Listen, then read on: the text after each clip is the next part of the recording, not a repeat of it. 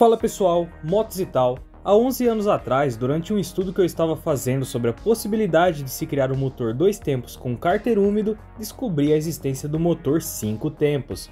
E recentemente esse motor voltou a ser comentado. Eu não pretendia falar sobre ele aqui no canal, mas como vocês pediram, isso vai acontecer. E atenção, como esse motor já ganhou diversos vídeos aqui no YouTube, eu vou focar em detalhes não comentados sobre ele, que desde aquela época já eram bem evidentes.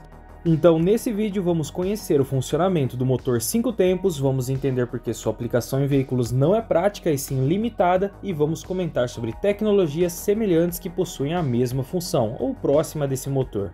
O primeiro detalhe que se deve levar em consideração é que o motor 5 tempos é construído a partir de um motor 4 tempos, mas tentando aproveitar a energia restante que seria desperdiçada em um motor 4 tempos, acrescentando um novo estágio. Vamos entender como isso funciona. Vamos pegar um motor 4 tempos e analisar o que acontece com o ar e o combustível durante o seu funcionamento. Temos aqui um motor 4 tempos de 1 cilindro, já que o funcionamento é o mesmo independente da quantidade de cilindros, assim fica mais fácil para análise. Ao dar a partida, o movimento inicial é feito no motor, fazendo o pistão descer. Nesse momento, ele aspira a mistura ar e combustível, temos o primeiro tempo, a de emissão. Em seguida, o pistão sobe comprimindo essa mistura. No segundo tempo, a compressão. Então, temos uma centelha através da vela de ignição, onde ocorre a combustão que irá empurrar o pistão para baixo, através da expansão dos gases que estarão em alta temperatura. Esse é o terceiro tempo, a expansão. E em seguida o pistão sobe expulsando os gases restantes da combustão. No quarto tempo, a exaustão. Esses são os 4 tempos do motor, então o motor continuará funcionando em um loop contínuo até que se corte o combustível ou a ignição. Os gases que vão ao escapamento ainda possuem potencial energético, mesmo depois da expansão, pois eles estão sob alta pressão e temperatura. O motor de 5 tempos tem a ideia de aproveitar essa alta pressão para mover um mecanismo que auxiliará o motor diretamente no eixo do virabrequim. Vamos pegar nosso motor monocilíndrico e acrescentar um cilindro a ele. Então agora temos um motor de 4 tempos bicilíndrico, onde o segundo cilindro está 2 tempos à frente do primeiro cilindro. Isso significa que enquanto o cilindro 1 está ocorrendo a combustão, o segundo cilindro estará na admissão, e vice-versa. Podemos dizer que o segundo cilindro está defasado a 1,5 volta no eixo do virabrequim do primeiro cilindro, ou seja, 360 graus. Mas existem outras possibilidades de defasagens para os cilindros, mas elas não funcionariam em um motor 5 tempos, e você vai entender o motivo. O motor 5 tempos consiste em adicionar um terceiro cilindro com um pistão com o dobro de diâmetro dos 2 primeiros cilindros ou maior, conectado ao eixo do virabrequim. Em seguida, direcionar os gases de escape do cilindro 1 e 2 para ele, acrescentando mais um ciclo, o ciclo de reexpansão. Assim, ele possui o seguinte funcionamento. O primeiro cilindro admite a mistura, comprime, entra em combustão e logo em seguida vem a exaustão, realizando os 4 tempos. Mas os gases de escape são direcionados ao cilindro central e com sua pressão empurra o pistão para baixo, gerando torque no virabrequim. Esse é o 5º tempo. Então o pistão central sobe, agora sim enviando os gases ao escapamento. Em seguida ele irá receber os gases do segundo cilindro, repetindo o processo. Então, como é possível observar, nós temos um aproveitamento da energia vinda dos gases de escape que seria desperdiçada. Nesse motor, os cilindros que trabalham com o ciclo 4 tempos são chamados de cilindros de alta pressão, e o cilindro central que trabalha com os gases de exaustão realizando a reexpansão é chamado de cilindro de baixa pressão. Mas apesar de ser chamado de cilindro de baixa pressão, os gases ainda contam com alta temperatura. E essa alta temperatura possibilita que seja acrescentado um sistema de injeção de água durante o ciclo de reexpansão, onde a água, pela alta temperatura, irá evaporar e se expandir, gerando ainda mais torque nesse cilindro.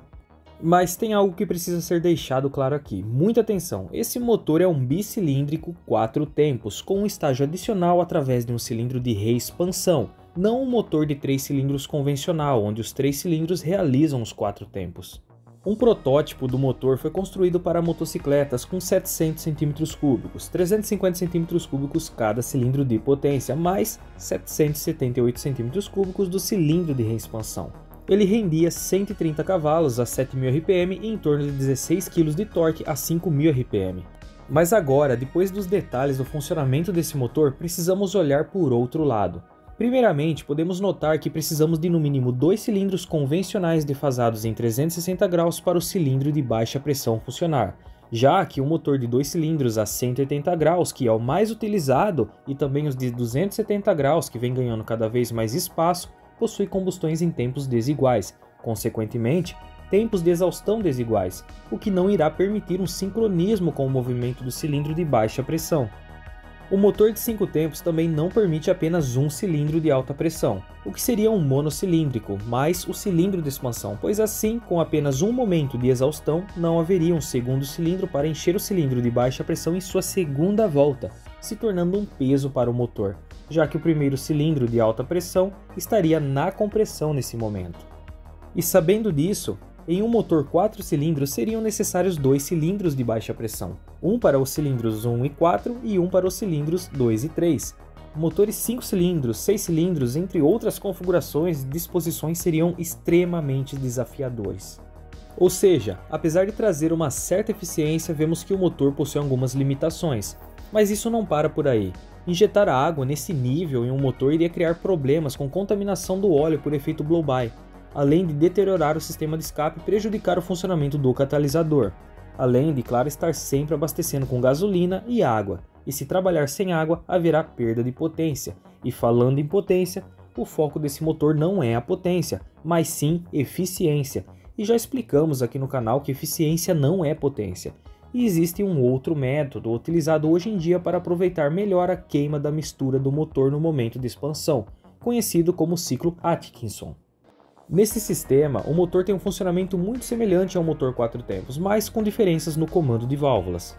Nesse sistema, o pistão desce admitindo a mistura ar e combustível, em seguida começa a subir, mas com a válvula de admissão ainda aberta, onde parte da mistura é devolvida ao coletor de admissão. Então, a válvula de admissão se fecha. Então temos a compressão que começou com certo atraso, seguida da combustão e expansão dos gases, consequentemente a exaustão. Nesse sistema, o atraso no fechamento da válvula de admissão faz com que o curso de admissão e compressão seja menor que o curso de expansão, assim aproveitando melhor a queima do combustível. Esse tipo de motor possui uma boa eficiência, mas com detrimento da potência, por isso não é utilizado em larga escala, mas é mais comum em veículos híbridos.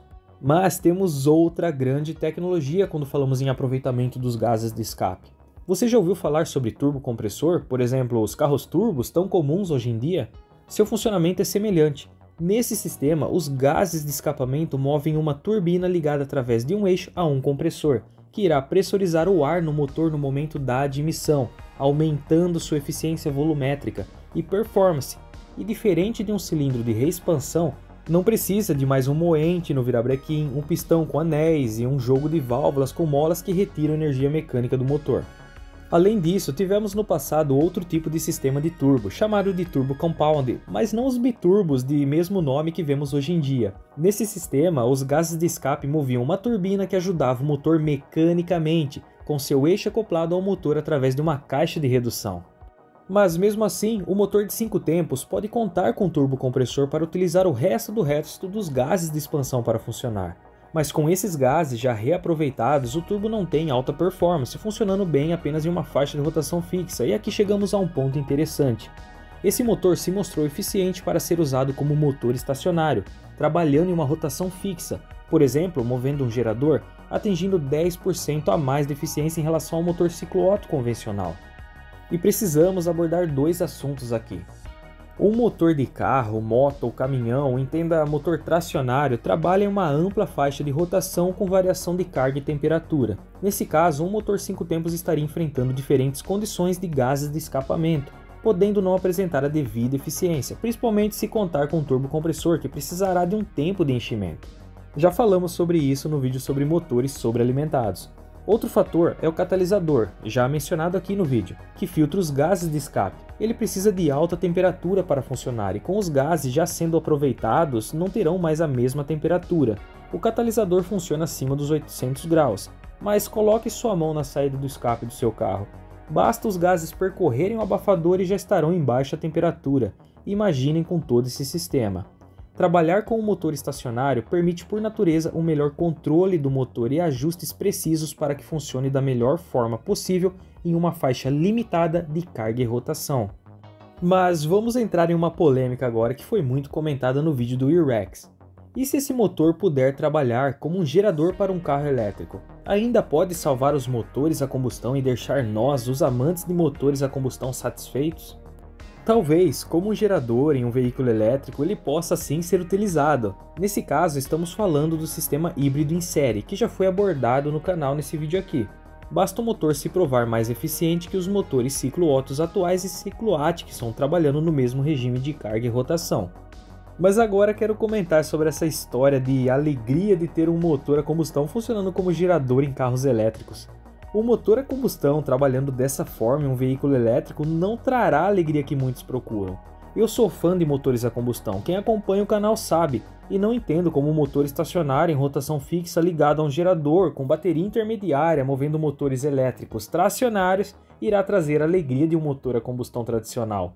O veículo irá acelerar com RPM fixo, e tanto parado quanto em alta velocidade estará com RPM fixo. Isso não tem emoção. Quer um exemplo?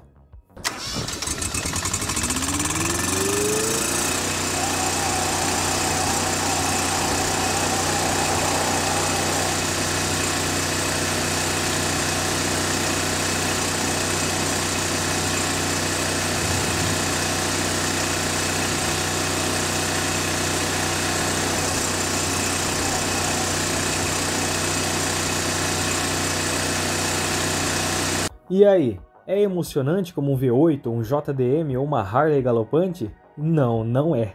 Bom pessoal, como muitos canais já falaram desse motor, principalmente sua história e funcionamento, eu acabei ficando com a parte chata, mas fazer o quê? O projeto do motor é muito antigo e está em estudos até hoje, com muitas pesquisas e testes, mas até agora não há muitos detalhes sobre seu futuro e temos outros projetos que também se mostram eficientes, mas a aplicação é limitada, como o ciclo Atkinson e Miller, sem contar os mild hybrid que tem muito potencial.